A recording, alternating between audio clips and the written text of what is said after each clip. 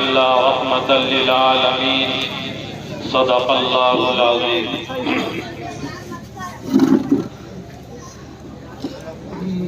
حضرات، اسٹیج پر تشریف فرما علماء کرام اور سامنے تشریف فرما معزز حضرات، نوجوان دوستوں، پیارے بچوں،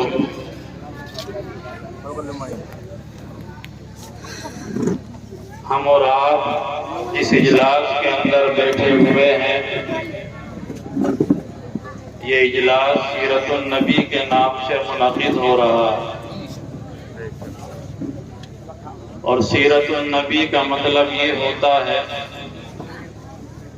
کہ جناب رسول اللہ صلی اللہ علیہ وسلم کے کردار کو بیان کیا جائے، آپ کے اخلاق اور اطوار کو بیان کیا جائے، اور سیرت النبی کے بیان کرنے کا اہم اور بنیادی مقصد یہ ہوتا ہے کہ آپ کی سیرت کو اور آپ کے کردار کو اپنایا جائے، اختیار کیا جائے۔ اللہ کے آخری پیغمبر جناب رسول اللہ صلی اللہ علیہ وسلم کی سیرت کو اہل علم بیان کرتے چلے آ رہے ہیں، ہم اور آپ لوگ سنتے چلے آ رہے ہیں، لیکن حقیقت یہ ہے کہ آپ کی مکمل سیرت نہ آج تک کوئی بیان کر سکا ہے اور نہ لکھ سکا ہے اور نہ ہم لوگ سن سکے ہیں۔ لیکن بہرحال اسی طریقے سے دینی جلسوں میں، دینی مجلسوں میں کہیں نہ کہیں کچھ نہ کچھ باتیں بیان کر دی جاتی ہیں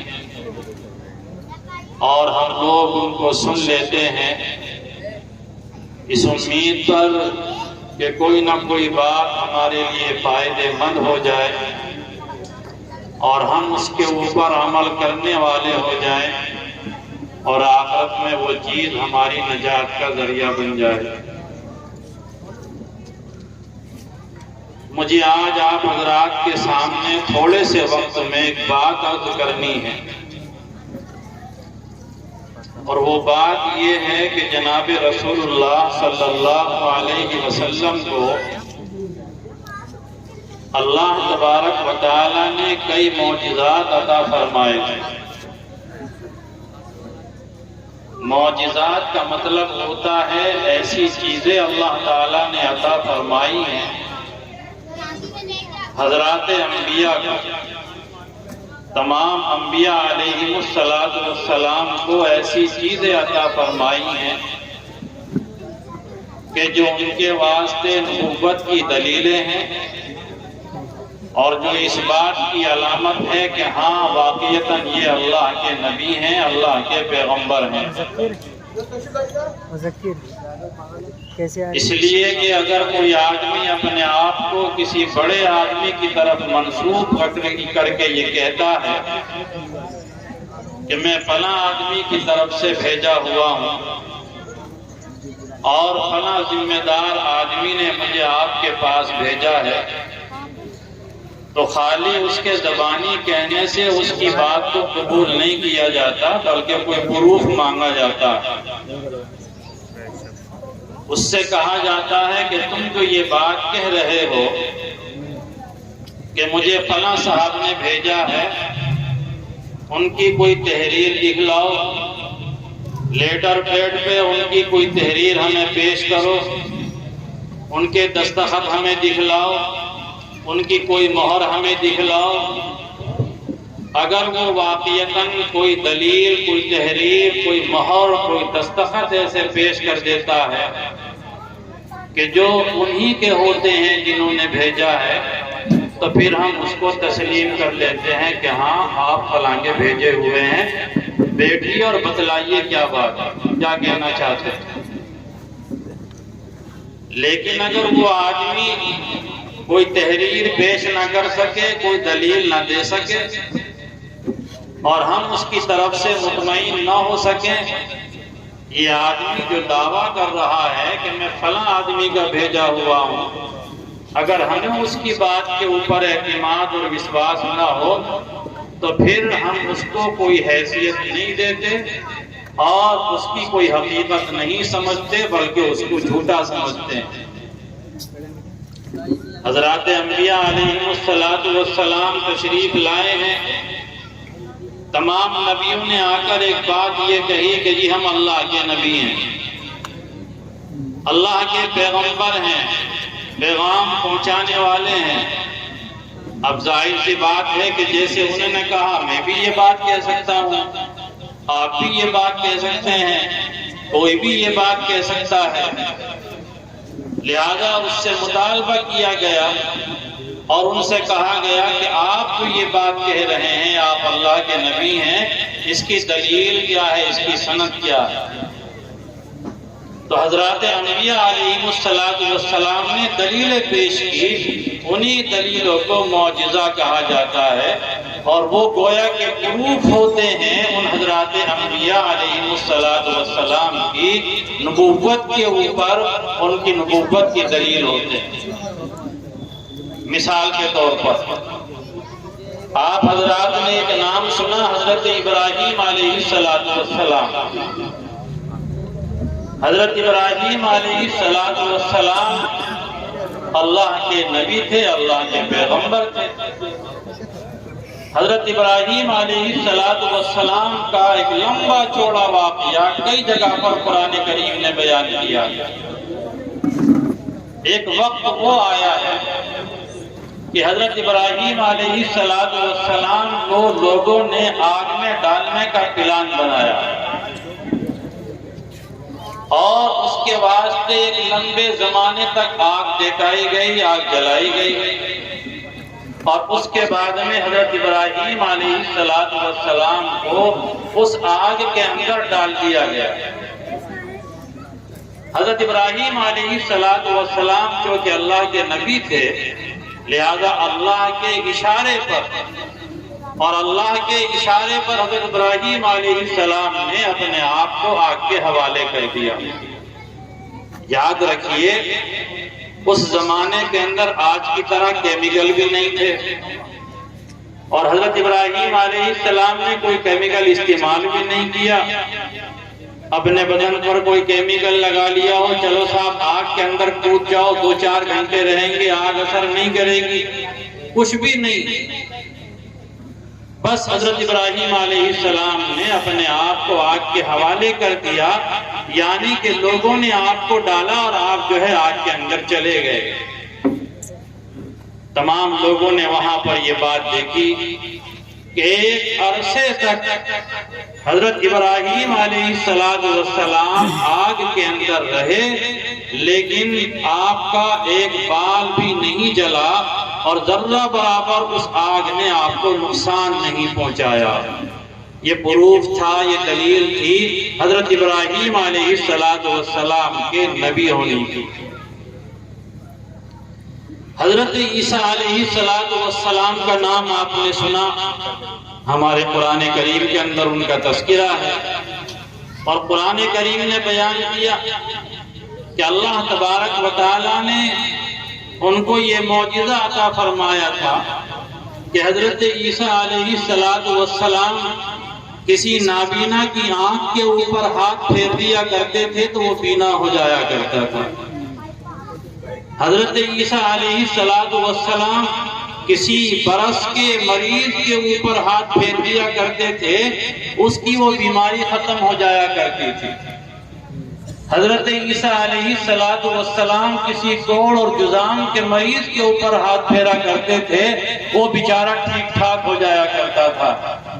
حضرت ابراہیم علیہ السلام قبر کے پاس جا کر یوں کہہ دیا کرتے تھے، قم بإذن اللہ، اللہ کے حکم سے تو زندہ ہو جا، تو وہ زندہ ہو جایا کرتا تھا۔ یہ حضرت عیسیٰ علیہ السلام کو اللہ نے معجزے عطا فرمائے تھے، نبوت کی پروف اور دلیلیں تھی حضرت عیسیٰ علیہ السلام کی۔ اور ایک بہت بڑی دلیل تو یہ ہے جو ابھی باقی ہے، چل رہی ہے۔ حضرت عیسیٰ علیہ السلام کے دشمنوں نے ایک موقع پر پلان بنایا کہ ان کو قتل کر دیا جائے، سولی پر چڑھا دیا جائے۔ تیاریاں مکمل کر لی۔ اللہ تبارک و تعالیٰ نے حضرت عیسیٰ علیہ السلام کو زندہ آسمان پر اٹھا لیا، اور آسمان پر اٹھانے کے بعد میں اپنے پاس محفوظ کر دیا۔ قیامت کے قریب حضرت عیسیٰ علیہ السلام دوبارہ دنیا کے اندر تشریف لائیں گے۔ یہ بہت بڑا معجزہ ہے حضرت عیسیٰ علیہ السلام کا۔ تو یہ حضرت عیسیٰ کو معجزے عطا کیے۔ حضرت موسیٰ علیہ السلام کا تذکرہ قرآن کریم نے خوب کیا ہے، اور ہم لوگ بھی بہت سنتے ہیں۔ حضرت موسیٰ علیہ السلام بھی اللہ کے پیغمبر تھے، اور وقت کا بڑا بدماش آدمی تھا فرعون۔ اس کے زمانے کے اندر حضرت موسیٰ کو بھیج دیا اللہ تعالیٰ نے۔ وہ فرعون کہ جو اپنے وقت کا بادشاہ بھی تھا، اور بادشاہ ہونے کے ساتھ ساتھ مالدار بھی تھا، مالدار ہونے کے ساتھ ساتھ متکبر بھی تھا، ظالم۔ یہ جو تکبر ہے نا، یہ آدمی کا ملیا میٹ کر دیتا ہے۔ آدمی سب کچھ ہو لیکن اس کے اندر تواضع ہو تو وہ تواضع اس کو جو ہے اچھائی کی طرف لے آتی ہے، بھلائی کی طرف لے آتی ہے۔ شیطان کو آپ حضرات بار بار سنتے ہیں، ابلیس اس کا نام ہے، شیطان اس کا لقب ہے، اور آپ حضرات سنتے ہیں کہ وہ اللہ کا بڑا عبادت گزار تھا، مگر کیا ہوا؟ خناق بھرا ہوا تھا دماغ کے اندر۔ تو فرعون کے زمانے کے اندر حضرت موسیٰ علیہ السلام کو اللہ تعالیٰ نے بھیجا، اور بھیجنے کے ساتھ ساتھ حضرت موسیٰ علیہ السلام کو معجزات عطا فرمائے، کئی معجزے عطا فرمائے۔ ان میں سے ایک معجزہ تو حضرت موسیٰ علیہ السلام کا یہ تھا کہ آپ کے ہاتھ میں ایک لاٹھی ہوا کرتی تھی۔ وہ لاٹھی حضرت موسیٰ علیہ السلام کے پاس پہلے سے تھی، ابھی نہیں دی تھی، پہلے سے تھی۔ حضرت موسیٰ علیہ السلام بکریاں چرایا کرتے تھے۔ بکریاں چرانے والے کے واسطے یا گائے بیل بھینس چرانے والے کے واسطے یا کسی بھی جانور کا کام کرنے والے پالنے والے کے واسطے ایک ڈنڈے کا سہارا ہوا کرتا ہے، اور ڈنڈا بڑا قیمتی ہوتا ہے، بڑی اہمیت ہوتی ہے اس کی، وہ چاہے چھوٹا سا ہی کیوں نہ ہو۔ یہ چھوٹے سے ڈنڈے کے سامنے جو ہے بڑے بڑے جانور بھاگ جاتے ہیں۔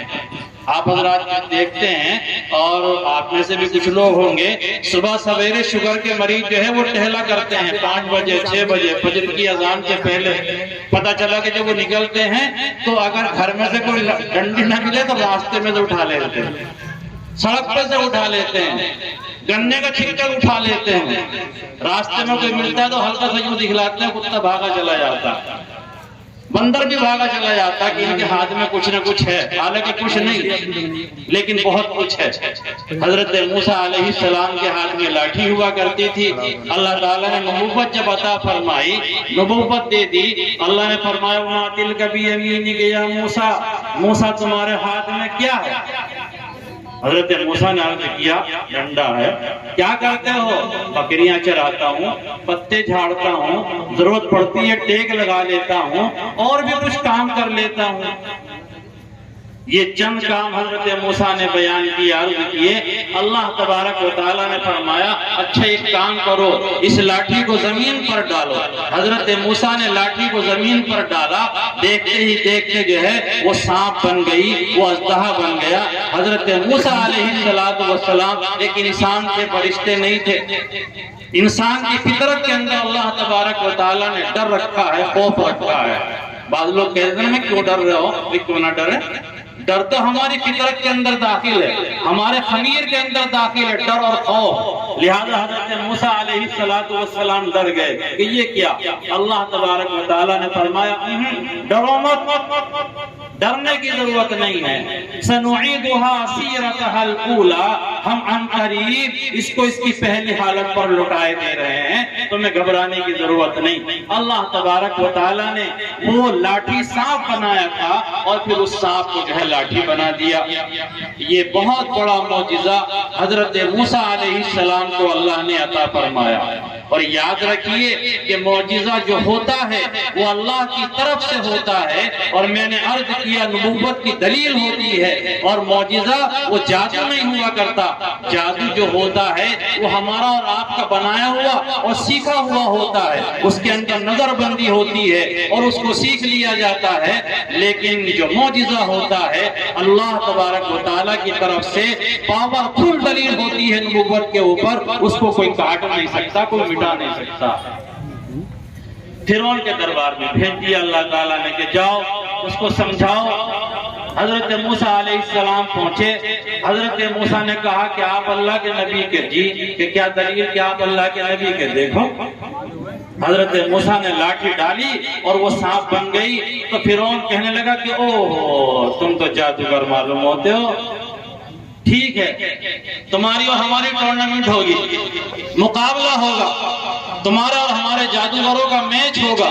میچ طے کر دیا گیا، مناظرہ کی تاریخ متعین کر دی گئی اور پورے شہر کے اندر منادی کرا دی گئی، آواز لگا دی گئی جتنے بڑے بڑے جادوگر ہیں وہ سارے کے سارے تیار ہو جائیں، فلاں میدان کے اندر فلاں تاریخ کے اندر سارے لوگ جمع ہو گئے۔ اور جمع ہونے کے بعد میں حضرت موسیٰ علیہ السلام ایک طرف ہیں، دوسری جانب وہ سارے کے سارے جادوگر ہیں جو سرکاری جادوگر تھے، سرکاری جادوگر تھے۔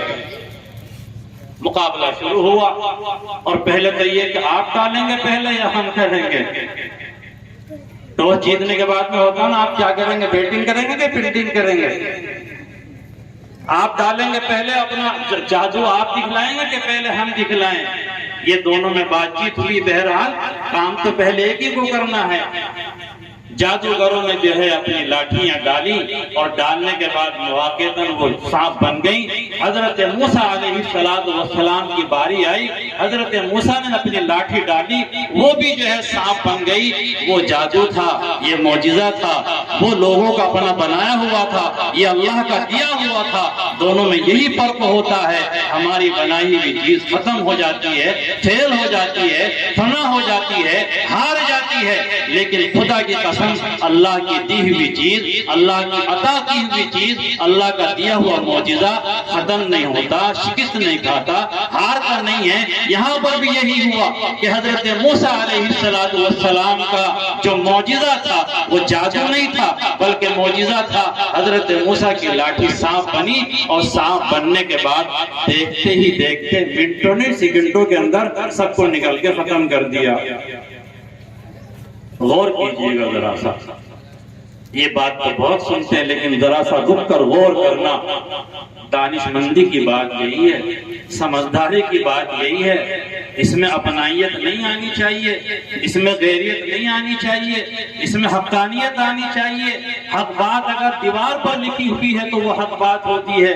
شیخ سعدی رحمۃ اللہ علیہ فرماتے ہیں اگر تمہیں نصیحت کی کوئی بات اور حق کی کوئی بات دیوار کے اوپر لکھی ہوئی مل جائے اس کو بھی پڑھو اور پڑھنے کے بعد میں نصیحت حاصل کرو۔ یہ مت سوچو کہ یہ تو دیوار کے اوپر لکھی ہوئی ہے، یا کوئی بات بھی دیوار کی بات کو ہم قبول کر لیں، نہیں ایسا نہیں۔ حق بات کہیں کی بھی ملے، کہیں سے بھی ملے، وہ ہمارے واسطے نصیحت ہوتی ہے، فائدے کی چیز ہوتی ہے۔ جادوگروں نے دیکھا کہ بے یار ہم تو بہت بڑے سورما ہیں اپنے وقت کے، اور یہ ایک اور ہم انیک اتنے سارے، اور ہم بڑے ماہر فنکار، اور یہ ابھی کل کا آدمی ہمارے سامنے جو ہے اس نے ہم کو پچھاڑ دیا۔ لہذا وہ دل میں سوچنے لگے کہ ہو نہ ہو یہ کوئی جادوگر نہیں ہے، ہو نہ ہو یہ اللہ کا نبی ہو۔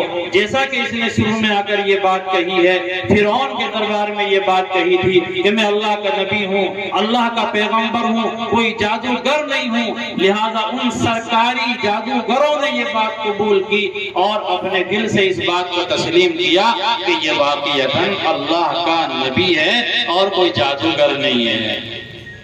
دیر نہیں لگی، وہ سوچ وچار نہیں کیا زیادہ کہ چلو کل کو بتلائیں گے، پرسوں کو بتلائیں گے، سوچ کے بتلائیں گے، 8 دن کے بعد ملنا، دوبارہ آنا ہمارے پاس میں، کیا کرتے ہیں؟ نہیں، اسی مجلس کے اندر، اسی میٹنگ کے اندر، اسی حال اور اسی میدان کے اندر ان جادوگروں نے اعلان کیا، قرآن کریم نے کہا ہے کہ وہ سارے کے سارے جادوگر اسی وقت حضرت موسیٰ علیہ السلام کو اللہ تبارک و تعالیٰ کا نبی مان کر اور ایک اللہ کے اوپر ایمان لے آئے اور ایمان کا اعلان کر دیا۔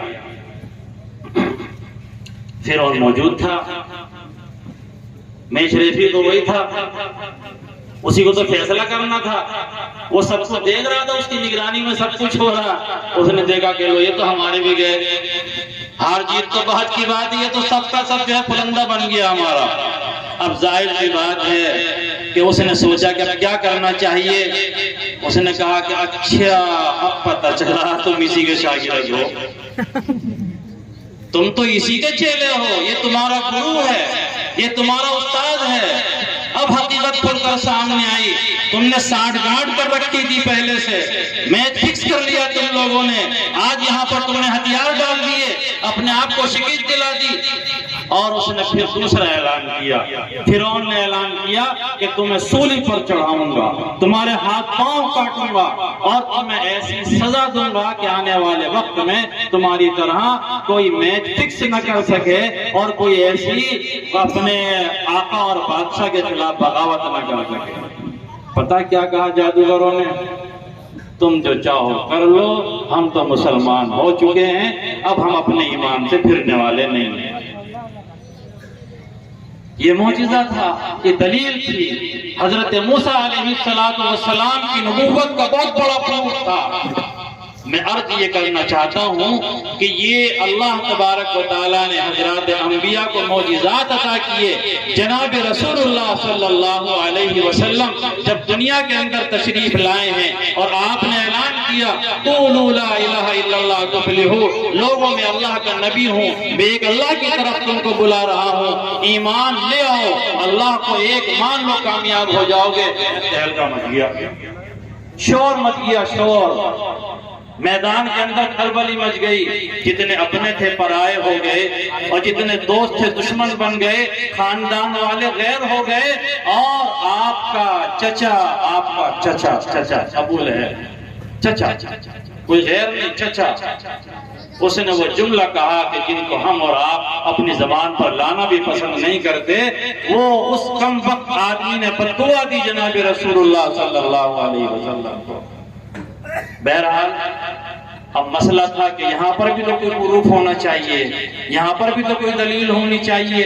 واقعات ملتے ہیں، ایک جہاد سے ایک آدمی آیا اور آنے کے بعد اللہ کے نبی نے کہا کہ تم ایمان لے آؤ، اسلام لے آؤ، اسلم تسلم، اسلام قبول کر لو، ایمان قبول کر لو، کامیاب ہو جاؤ گے، بچ جاؤ گے جہنم سے۔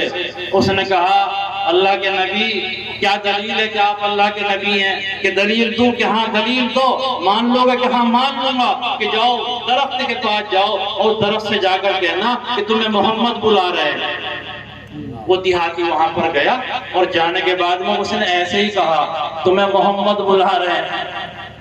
اس نے اپنی آنکھوں سے دیکھا، سو نہیں رہا تھا، وہ جاگ رہا تھا، خواب نہیں تھا، بیداری کی حالت تھی، اس کے اوپر کوئی نشہ طاری نہیں تھا، بلکہ ٹھیک ٹھاک تھا، اس کے ہوش و حواس اپنی جگہ پر درست تھے۔ اس نے اپنی دونوں آنکھوں سے دیکھا، وہ درخت ہلا اور ہلنے کے بعد میں اکھڑا اور اکھڑنے کے بعد میں باضابطہ ایک آدمی کی طرح پاؤں سے چل کر آیا، اور چل کر آنے کے بعد اللہ کے نبی علیہ السلام کی خدمت میں سجدہ کرنے لگا، سجدہ کرنے لگا۔ اس دیہاتی نے دیکھا کہ یا رسول اللہ آپ صحیح کہہ رہے ہیں، کہ صحیح کہہ رہا ہوں کہ ہاں، کہ کہو یہ واپس چلا جائے۔ اس سے کہا واپس چلا جائے، وہ واپس چلا گیا اور وہیں پر جانے کے بعد اپنی جگہ پر ٹھہر گیا اور اپنی جگہ پر جم گیا۔ وہ دیہاتی اور وہ گاؤں کا آدمی جو ہے اسی وقت مسلمان ہو گیا۔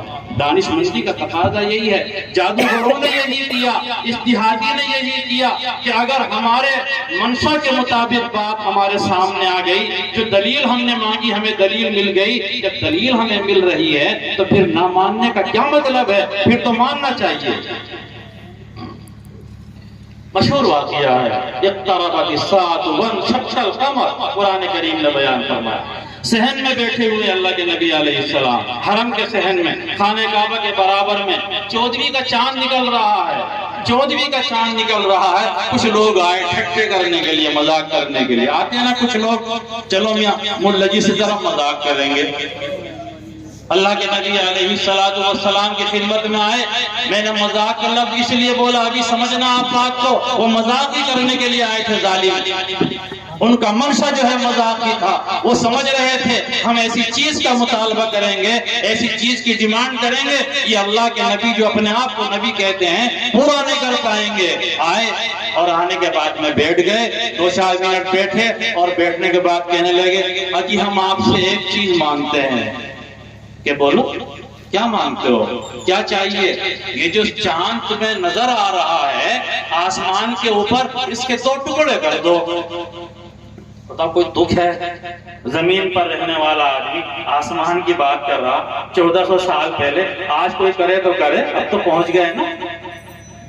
لیکن جب اس زمانے کے اندر کوئی بات کرے تو کتنی اچنبے کی بات ہے، کتنی تعجب کی بات ہے، کتنی بے تکی بات ہے کہ زمین پر رہنے والا آدمی وہ چاند کی بات کر رہا ہے۔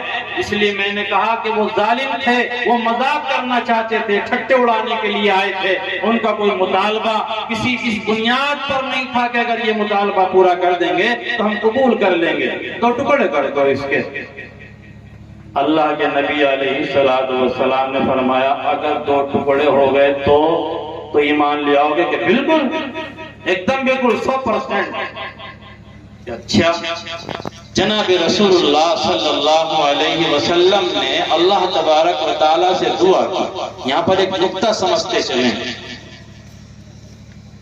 اللہ کے نبی علیہ السلام جب بھی کسی چیز کا مطالبہ کیا گیا ہے، یاد رکھیے اللہ کے نبی علیہ السلام نے اللہ تبارک و تعالیٰ سے وہ بات منوائی ہے، اللہ سے اس کو پورا کروایا ہے۔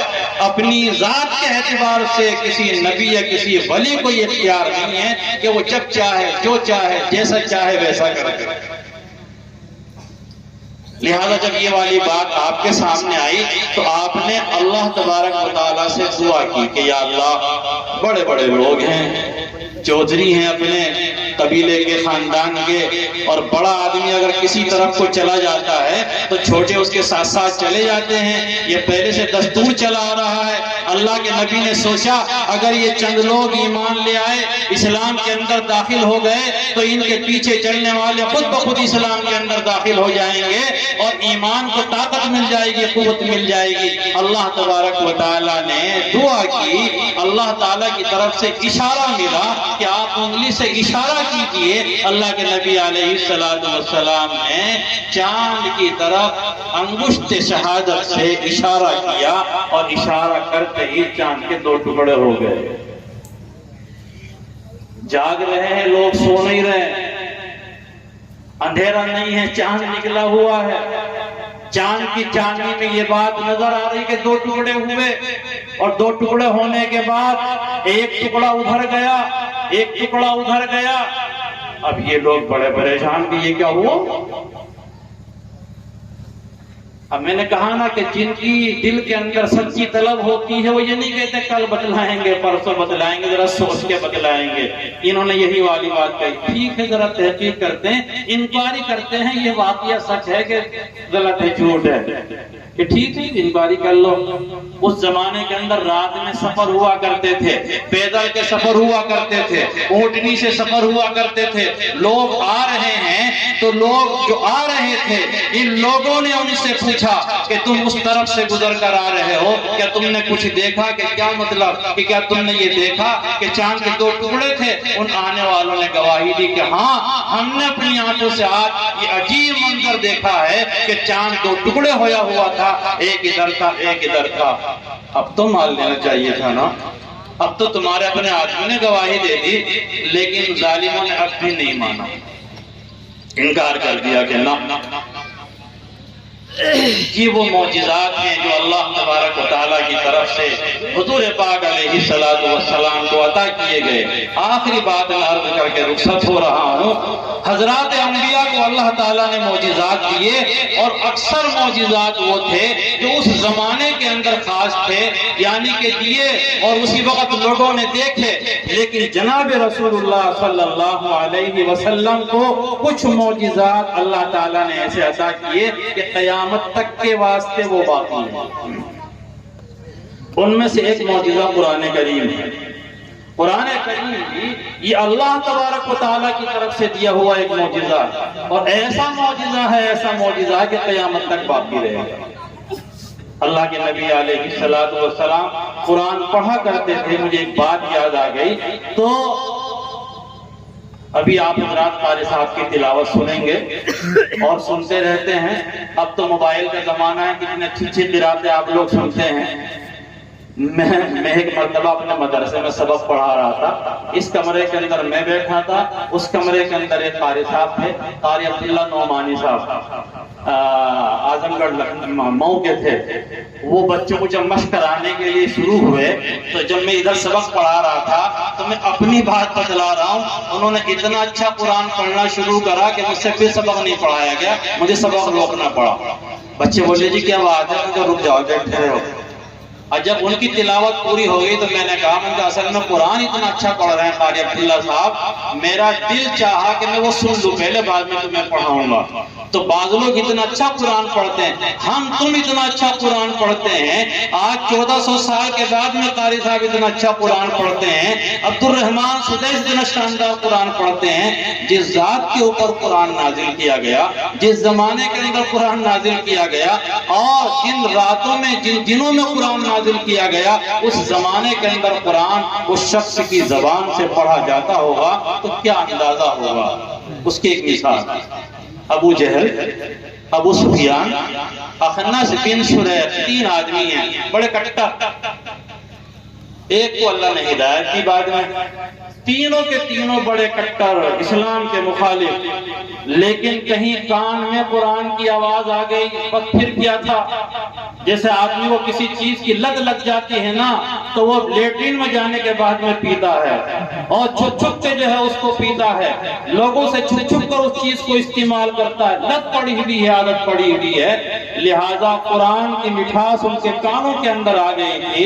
ایک دن انہوں نے سوچا کہ چلو یار، وہ جو اللہ کا نبی ہے نا، وہ رات میں 3-4 بجے صبح اٹھ کر قرآن پڑھتا ہے تہجد کے اندر، چلو چپکے سے چلتے ہیں، قرآن سن کر آئیں گے۔ ہر ایک نے یہ سوچا میں اکیلے تو جا رہا ہوں، دوسرا تھوڑے جا رہا، پتہ تھوڑے چلے گا کسی کو۔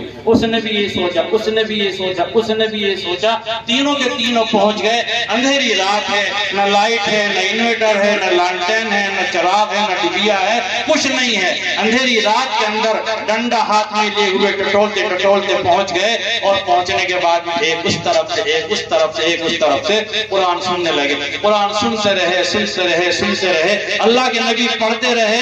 صبح صادق جب ہوئی، اللہ کے نبی نے آخری سلام پھیرا، یہ لوگ چپکے سے واپس آنے لگے۔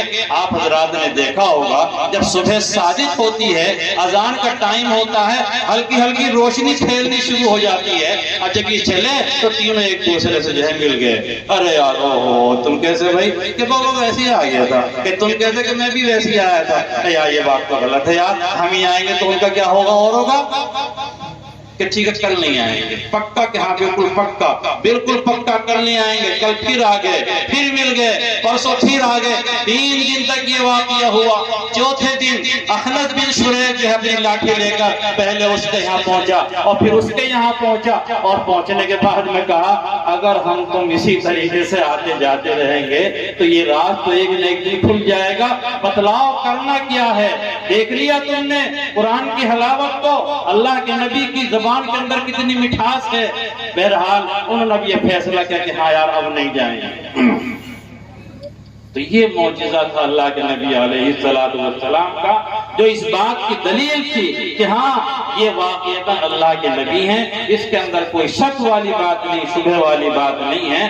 جن لوگوں کے دلوں کے اندر سچی طلب تھی، ان کے مقدر میں ہدایت تھی، وہ معجزات کو دیکھ دیکھ کر ایمان لائے ہیں، لیکن جن کے دلوں کے اندر اناد تھا، تکبر تھا اور بغض تھا، ظاہر سی بات ہے کہ ایسے لوگوں کے حصے میں ہدایت نہیں آیا کرتی۔